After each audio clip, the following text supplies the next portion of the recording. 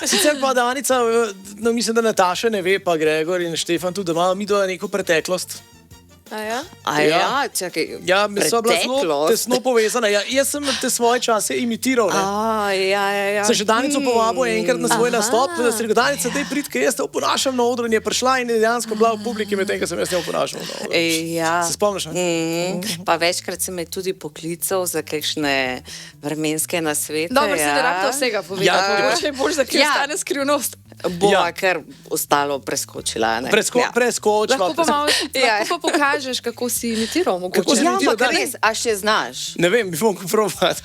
Vem, da sem imel eno šalo na temo Valentinovega, kako sem klical Danico, da mi pove kakšen nasvet za Valentinovo. In potem vem, da mi je rekla nekaj v tem stilu. Imam en nasvet, sama sem si ga zmislila, kako sem navihana. Če za Valentina boš denarnico odprl, golo Danico po noči boš vzrl. Če pozabil na darila, boš bogate, še nocoj odnesla bom podplate. Ampak veš, kaj se meni zdi, da ti bolj Jurija Zrneca oponašaš, ki je v bistvu mene imitiral. Jaz sem že zelo hitro tebe imitiral, veš, ne vem, daj te Juri Zrnec. Jaz sem te 15 let nazaj vsaj, če ne več. Nisem Zrneca, se ne spomnim. Mogla bi pogledati v časovnico, veš, časovnico. Če ne, pa to potem dvojna imitacija, Zrnec in Danica hkrati. Mislim, talent.